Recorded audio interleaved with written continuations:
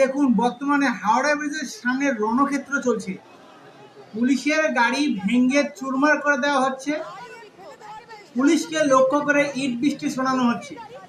দেখুন পশ্চিমবঙ্গের এই ঘটনা এটা বন্ধুরা। এতদিন যারা বলছিল পশ্চিমবঙ্গে নাকি পুলিশের রাজ চলবে, কোনো গুন্ডা রাজ চলবে না, তাদেরই আজকে অবস্থা দেখুন। পুলিশের গাড়ি ভেঙে লুটপাট, দেখুন সামনে একটা গাড়ির মধ্যে কোনো কাজ নেই, ঠিক আছে, যাই যেটা পাচ্ছে বাঁশ ইট যাই যেটা পাচ্ছে সব দিয়ে পুলিশের গাড়ি তছনছ করে দিচ্ছে। দেখুন সামনে দিকে একটা ছেলে সামনে যেটুকু বেঁচে আছে হালকা, সেটাকেও থাকতে দিবে না, এরকম পরিস্থিতি। দেখুন যাই যেটা পাচ্ছে লাঠি মারছে, ইট ছুটছে, সামনে হেডলাইট ভেঙে দিচ্ছে, সব তছনছ করে দিচ্ছে। তো বর্তমানে পুলিশ ব্যবস্থার এরকম অবস্থা। যারা বলেছিল পুলিশটা নাকি পশ্চিমবঙ্গের রণক্ষেত্র করবে, সেই পুলিশের উপরে সাধারণ জনগণ বিজেপির কর্মীরা দেখুন রণক্ষেত্র চালিয়ে দিয়েছে। এগুলো সবই বিজেপির কর্মী। দেখুন সবার গায়ে গেরুয়া পোশাক। ইতিমধ্যে দেখুন পুলিশের গাড়ির মধ্যে আগুন লাগিয়ে দিয়েছে। দেখুন কি অবস্থা, পশ্চিমবঙ্গের পুলিশের নিরাপত্তা কোথায়? যদি পুলিশরা নিজেরা নিরাপত্তা না করতে পারে, তাহলে সাধারণ মানুষদের কি নিরাপত্তা দিবে? দেখুন পুলিশের গাড়ি যায় যেখানে পাচ্ছে আগুন ধরিয়ে দিচ্ছে। চরম পরিণতি সৃষ্টি হয়েছে পুলিশের গাড়িতে আগুন, ঠিক আছে। দেখুন দেখুন ওপেন পুলিশের গাড়িতে আগুন দিয়ে দিচ্ছে বন্ধুরা।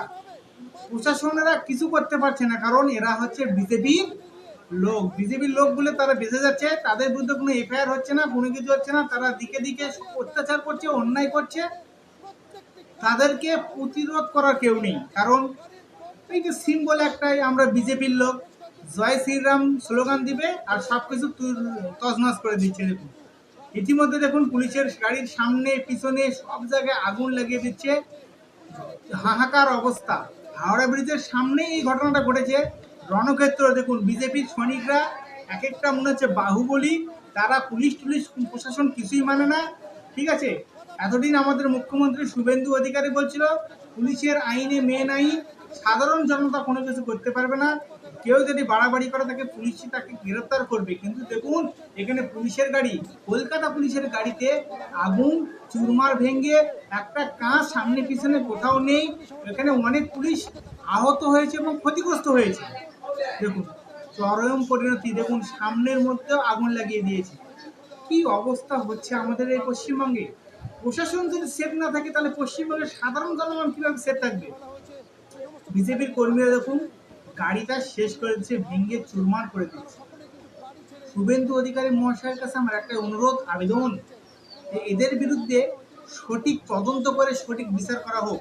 এদের অন্যায় করছে যেটা, সেটা এদেরকে সঠিক ন্যায় পাওয়ার জন্য, যারা এরা একটাও যেন বাঁচতে না পারে, তাদেরকে সঠিক বিচার দিতে লাগবে বন্ধুরা। তারা যে অন্যায় করছে, এই অন্যায়ের যেন প্রতিবাদ হয়। শুভেন্দু অধিকারের কাছে আমার আবেদন, একটা লোক যেন এদেরকে না ছাড়া হয়, প্রত্যেককে যেন লকআপে ঢোকানো হয়। কারণ এরা যদি লকআপে না ঢোকে, এই পশ্চিমবাংলা ধীরে ধীরে রণক্ষেত্র এবং রক্তাক্তে পরিণত হবে। দেখুন ভিডিওটা, পুলিশের গাড়িতে চেনা যাচ্ছে না, তারা নিজেকে এক একটাকে বিশাল মহৎ ভাবছে, জয় শ্রীরাম বলছে, হিন্দুত্ববাদী দেখাচ্ছে বন্ধুরা। ইতিমধ্যে চরম পরিণতি শুরু হয়েছে হাওড়া ব্রিজের সামনে পুলিশের গাড়ি নিয়ে রণক্ষেত্র।